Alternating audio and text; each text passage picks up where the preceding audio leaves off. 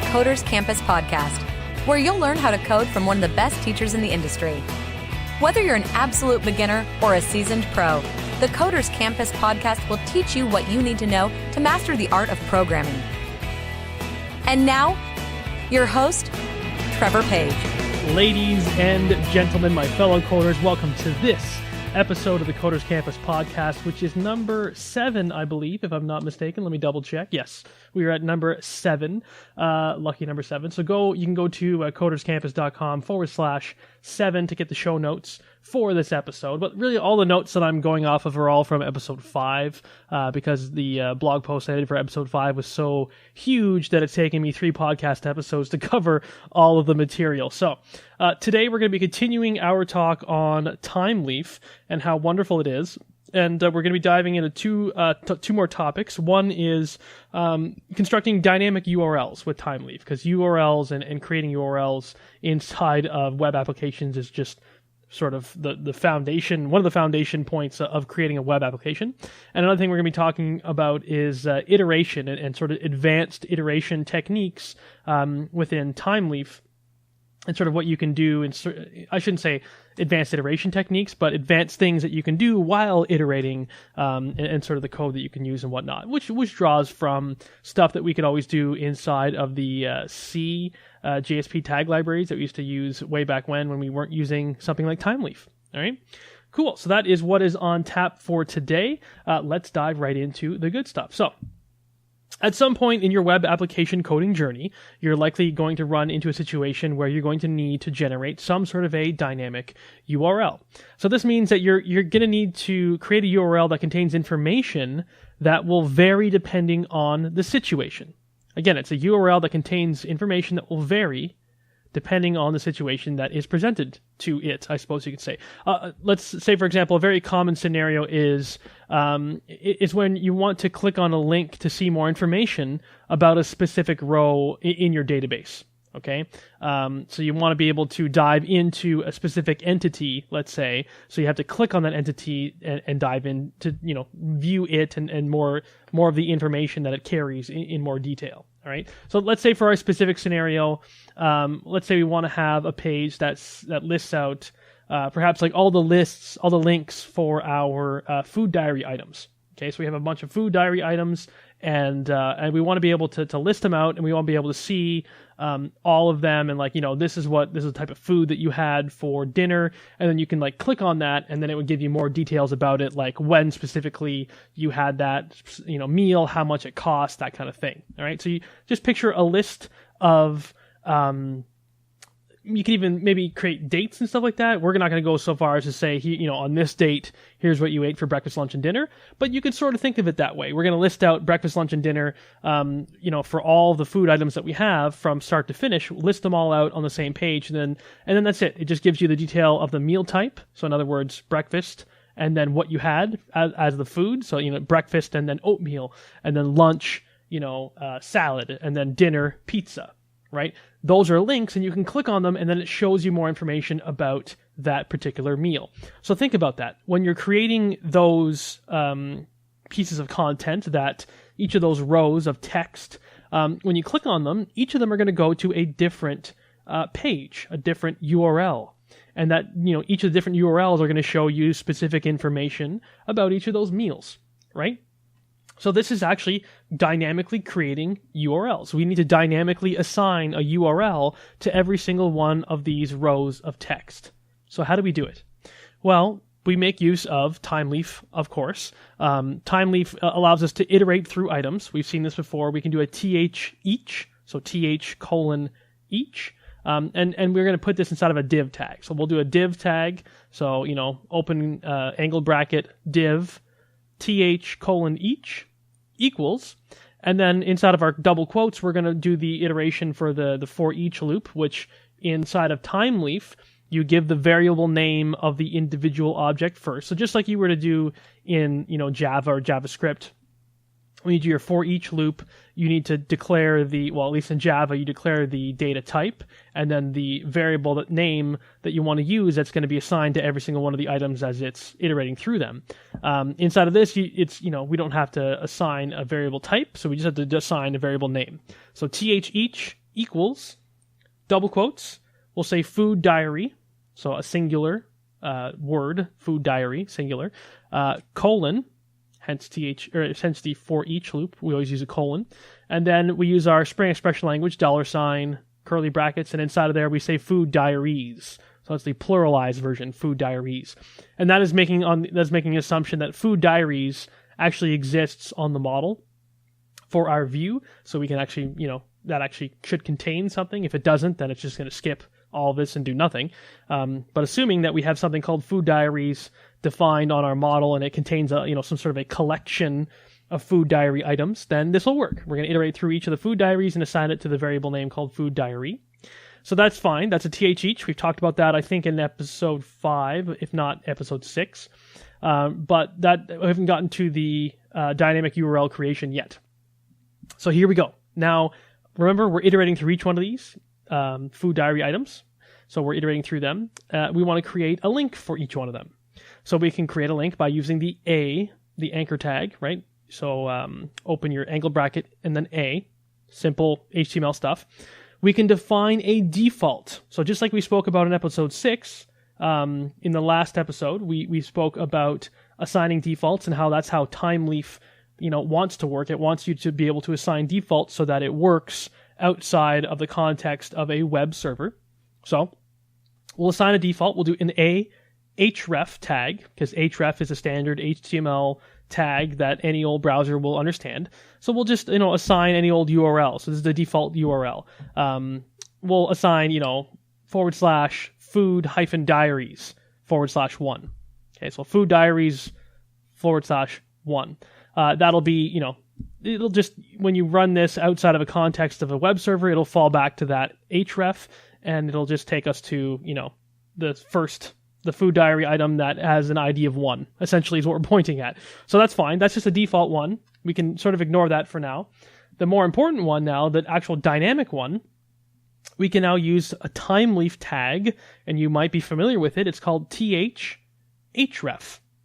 So just like we had before, we defined an href tag, href. Href is how we assign anchor tags and the URLs inside of anchor tags. Now we use a href. So what's nice about Thymeleaf is that you can usually take any of the old, properties or attributes that you have inside of HTML, and you can prepend the th to it. So you can say href, okay? And then that allows you to inject some sort of a dynamicness to the actual thing, the attribute that you are assigning. Okay, you can do this for, href, you can do it for thid to assign a dynamic ID to an element. What's another one? I can't even think. Th text, right? We've looked at that before, assigning text to an element. Although can't really have text for every single one. I guess that's not a great example.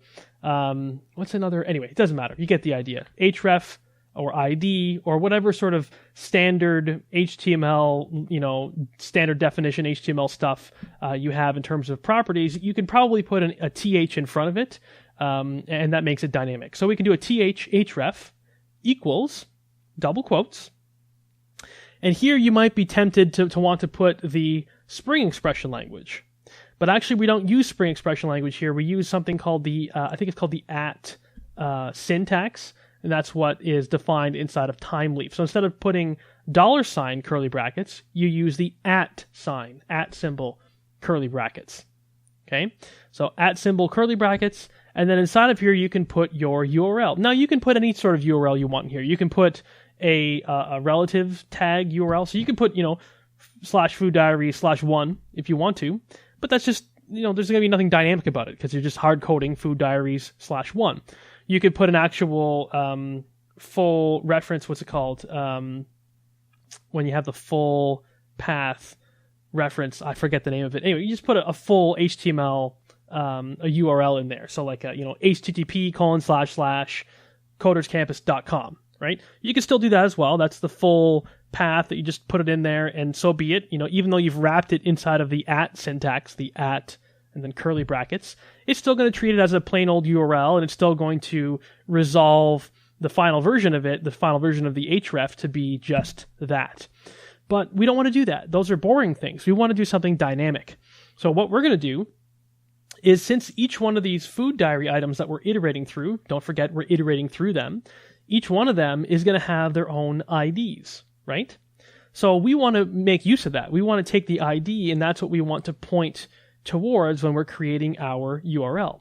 So we're going to use the curly bracket, and then / food-diaries. So that's still the same, food diaries, fine.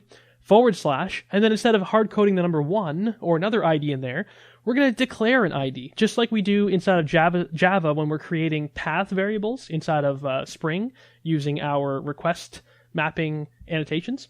We're going to create our own sort of like path variable. Okay, so we're going to create a variable. We're going to call it food diary ID, and we're going to wrap that inside of curly brackets. So it's going to be, again, food-diaries, /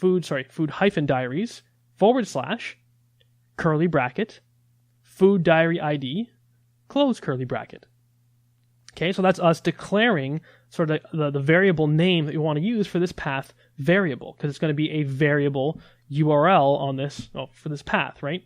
So, okay, we've done that, but now we need to tell Thymeleaf what to put inside of that variable name, the path variable that we've just declared. Because food diary ID on its own means nothing to Thymeleaf. Okay, it means something to us because we're humans and we can read it and say, oh, clearly we want to put the ID of a food diary in there. But Thymeleaf and computers are not that smart. They need us to tell, be explicit about what we want it to do. So we've declared it. So now we need to assign the actual value to that path variable. So how do we do that? Well, we continue right on. So we've done food diaries / food diary ID inside of our curly brackets. And then we continue on by opening a round bracket. So now the round bracket, when we open that up, that allows us to start the process of assigning a value to our path variable. So we open a round bracket, and then we say, okay, what's the path variable we want assigned to? So we're going to say food diary ID equals. Okay, so just like you were, to declare a variable, a variable name, and then you want to assign something to that variable name, you say food diary ID equals, and then you pass in a value. So what's the value that we want to pass in? Now we can use Spring expression language, $, curly brackets, to grab the ID of the actual food diary items that we're iterating through. So we use a $, curly brackets, and we say food diary dot ID. And I say food diary.id, I can say food diary because we're iterating through the food diary items. Don't forget, I've said that many times now. We're doing a th each. We're iterating through every single one of the food diary items here. So food diary is a meaningful name. It's a variable name that has been assigned inside of the for each loop so we can actually refer back to it. Okay? So we use it, food diary.id. And then we close our curly bracket, we close our round bracket, we close our curly bracket, do all the closing of all the brackets in the appropriate order. And there you go. You've just created a dynamic href, a dynamic URL. All right, so let me go over that one more time. We're creating an anchor tag, so ahref. So you do an ahref equals whatever. That is the default thing that it falls back on. It's not mandatory that you declare this one. You don't have to have just a plain old href, but it's recommended that you put one in there. And then after that, you do a href.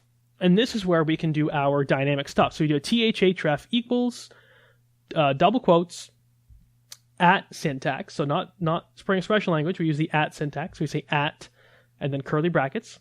And then we put, / food diaries / and then we do a path variable that we declare. So curly brackets again, food diary ID, all one word, camel casing, so capital D, capital I, food diary ID, all one word. That's wrapped in curly brackets. And then that was our path variable that we declared as like the variable name. Now we need to assign something to it. So we do so by opening a round bracket and we say food diary ID, which was the name of our variable, equals Spring expression language, food diary.id. So that will assign something to it. And then after that, once you close all the brackets and close the double quote for your href, then you can, assign the text to it. So you can do text, and you can create the text that you want to have displayed for the anchor text itself. So whatever text you want to have displayed. All right.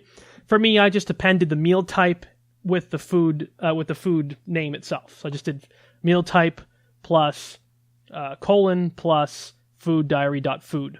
Okay, so food diary.mealtype plus colon plus whatever. So that just, it's just string concatenation that I'm doing there, and I'm outputting, it'll output breakfast, oatmeal, lunch, salad, dinner, pizza, that kind of thing for every single one, and they're all going to be clickable links.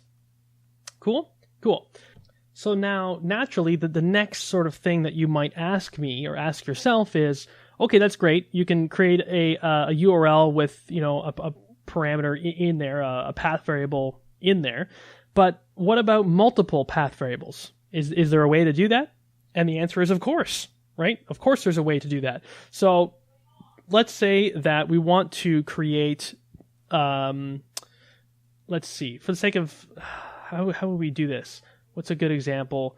Let's say we want to create a path that points to the meal type and also has the ID or something like that. I don't know. How about that? So we'll have a meal type and then an ID. So that way, if you don't have the right mapping of them together, then it won't show up. I don't know. I'm just making this up as I go. So I'm just trying to find a way to get both variables inside of one URL.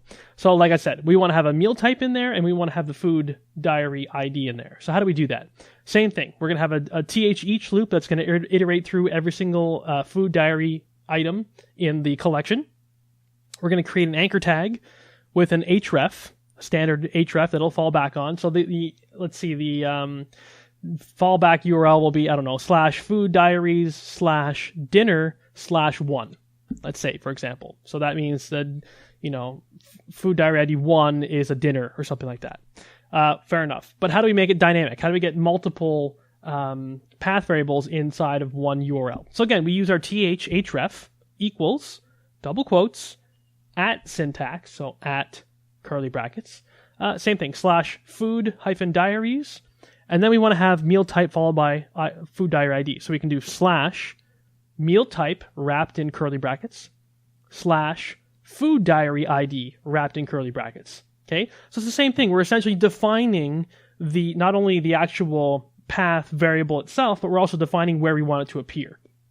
Okay, so the meal type will appear after food diaries, and the food diary ID will appear after meal type. Cool? Boom. So now we've declared them, so now we need to assign values to them. How do we do that? The same way we did it last time. We open a round bracket, and now we say meal type equals, right? Because meal type was the name of one of the first path variable. We say meal type equals Spring Expression Language food diary dot meal type. Okay, and then end your Spring Expression Language, so end curly bracket. But that's just one of the two. How do we create a second one? We just do a comma separated list. So I put a comma in, now you define the next one, or assign the next one. So it's food diary ID equals Spring Expression Language food diary dot ID. That's it. And if you had a third one, you do another comma, you say the name of the variable that you declared as a path variable, just in the plain old curly brackets. So you put in the name there, equals Spring Expression Language, and then you put in whatever value you can grab from your model. Okay? Simple as that. It's a comma-separated list. Bada bing, bada bang, bada boom. Sound good? Sound good. So, like I said, you can check all this out via coderscampus.com/7, which will either redirect you to episode 5, because like I said, that's where all this stuff is, or maybe I'll just have a link on that show notes page pointing back to episode 5. 6 of one, half a dozen of the other, so you can go ahead and take a look at that code. It's pretty straightforward once you see it. I shouldn't say it's pretty straightforward. It takes a little bit of getting used to, but once you understand the principles at play, so you declare your path variable in curly brackets, and then you assign them in round brackets by doing the equality and everything. Once you understand how that goes, and once you've done it a few times, it's second nature. You'll be able to do it no problems whatsoever. All right. Cool. So there you go. That was about 20 minutes of me teaching you that. Now we can move on to the second topic, which should take hopefully less than 10 minutes, which is talking about a more advanced way to do iteration in terms of the information that you can get while you're iterating. So let's shift gears. Let's think about iteration. Like I was saying thankfully in the examples I was just going through, each of them had a for each loop, right? Where we were iterating through each of the food diary items. So now let's sync that into our memories and hold on to that while we switch gears and close things off by talking about, like I said, the more advanced iteration techniques. So sometimes it's useful to have, like I said, more information about the stuff that you're iterating over. Okay, this could previously be accomplished in JSPs using the C for each tag with the var status property, okay, or attribute. I don't know if it's a property or attribute. I forget what nomenclature to use for that. But in any case, we use the var status when we're using if you're thinking about the C tag library. That's essentially the equivalent of what I'm talking about inside of Thymeleaf. So it's a C for each var status syntax. Thankfully, Thymeleaf has its own way to get access to that exact same information. So bear with me again. The syntax is a bit different from the C tag library, but it's simple. So let's iterate over, like I said, our food diary items once more. But I want to get access to the information about the iteration process. So if I were to do a div tag, and I was doing a th each, and I had the food diary, so I did th each equals, double quote, food diary, colon, Spring Expression Language, food diaries, which means I'm iterating through food diaries and assigning it to the food diary variable. What I would do here is, if I wanted to also get access to the iteration status, if you will, what I do is, when I say th each equals, double quote, food diary, I put a comma in there. So this is the different part. I'm putting a comma in there, and then I put a variable name for what I want to use to keep track of the status of the iteration. Okay, so maybe iteration status or iter status, ITER status, if you don't want to type out the whole word iteration. So whatever you want. I mean, you can just call it I if you want to, or status or something. I called it iter status. There you go. That's just what I did. So food diary, comma, iter status, and then colon, etc., etc. Everything else stays the same. So Spring Expression Language and then food diaries.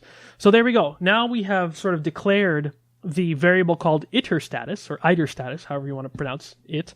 And that is what we can now use to get access to the iteration stuff. So now inside of the div tag, I can create something like a span, and I can have a span that has a th text, and I can say th text equals, double quote, Spring Expression Language, iter status dot index.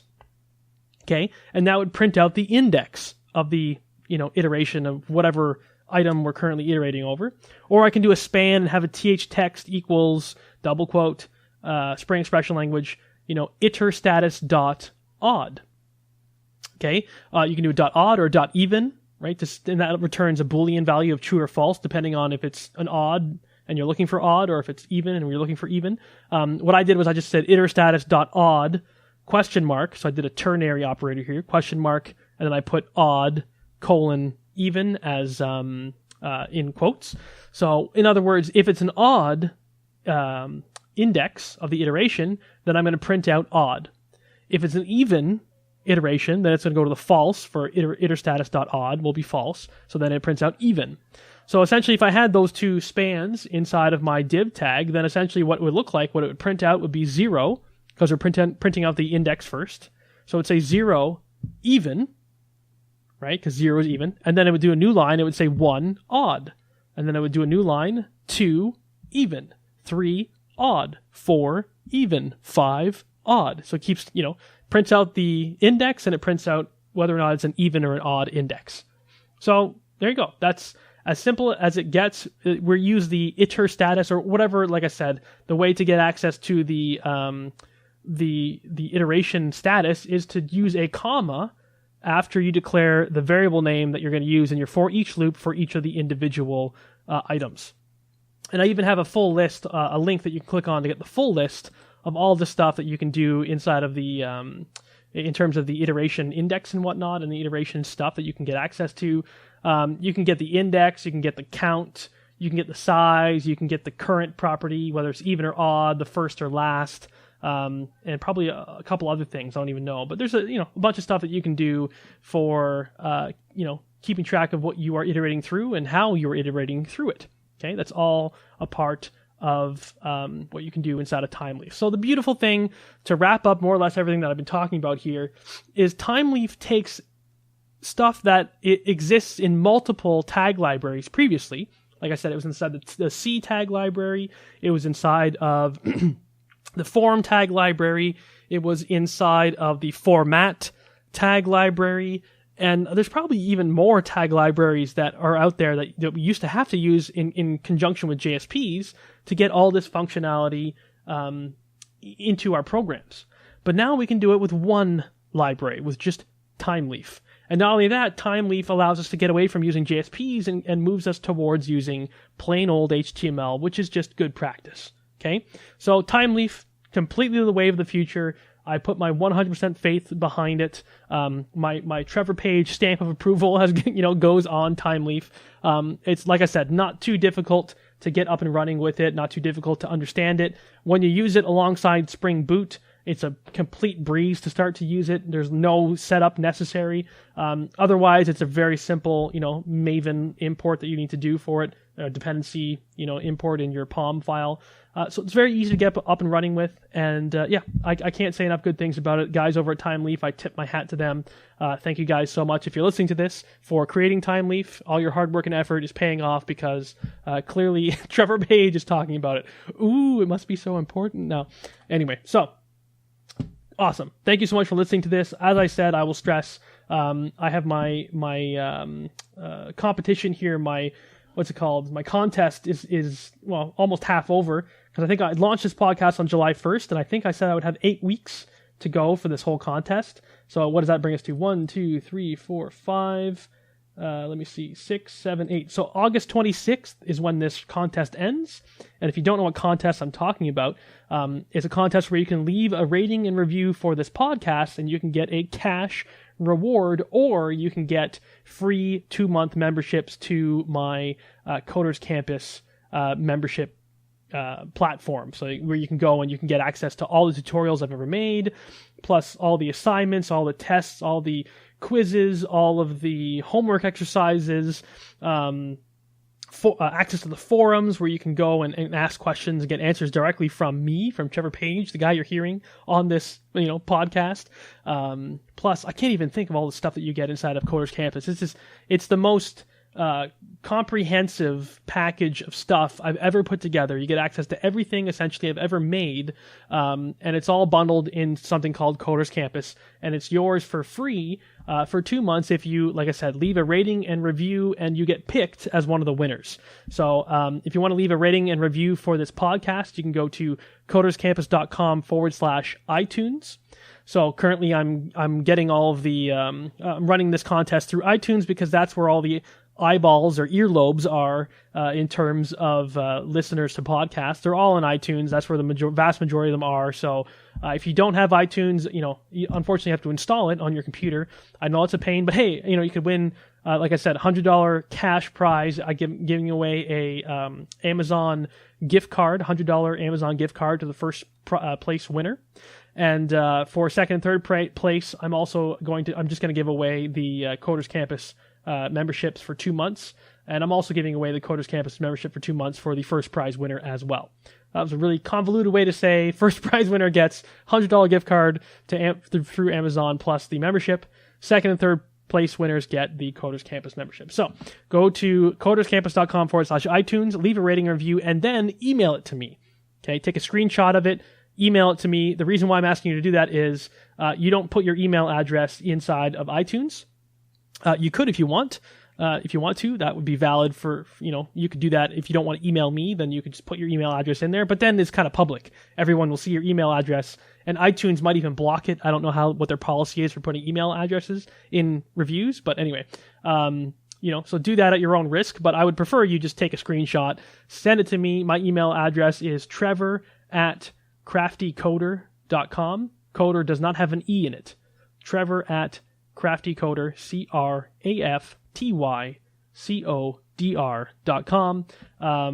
Send it off, and I will pick 3 lucky winners from the pool of people who send in their reviews and everything, ratings and reviews. And believe it or not, ladies and gentlemen, I'll be completely honest with you guys. I've done a really bad job of getting the word out about this. So there's only been 3 entries for this contest since I started almost a month ago.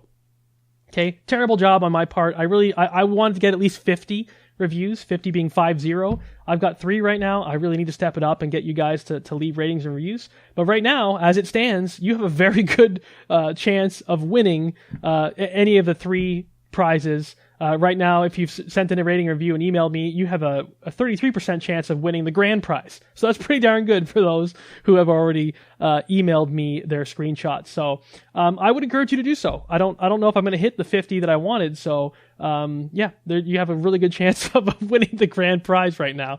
So please do go to coderscampus.com/iTunes, leave the rating and review. And if you have any troubles, you can always just reach out to me, email me, Trevor@craftycoder.com. Again, Crafty Coder does not have an E in it. So CRAFTYCODR.com. Cool. Thanks so much for listening to this episode. Again, show notes, coderscampus.com/7. And I look forward to seeing you guys in the next episode. I don't even know what I'm going to talk about in the next episode yet. But hey, that's what the surprise is all about. So can't wait to see you guys then. Take care of yourselves. Happy learning, and bye for now. Thanks for listening to this episode of the Coders Campus podcast. But before you go, Trevor has a favor to ask you. In order to keep these episodes free, he'd love for you to leave a rating and review the podcast on iTunes. Just go to coderscampus.com/review to leave your own rating and review of the show. So if you have 30 seconds to spare right now, please help out by leaving a rating and review via coderscampus.com/review. It will ensure that you continue to get these awesome free podcast episodes each and every week. So if you like free swag, head on over to coderscampus.com/review. Happy learning!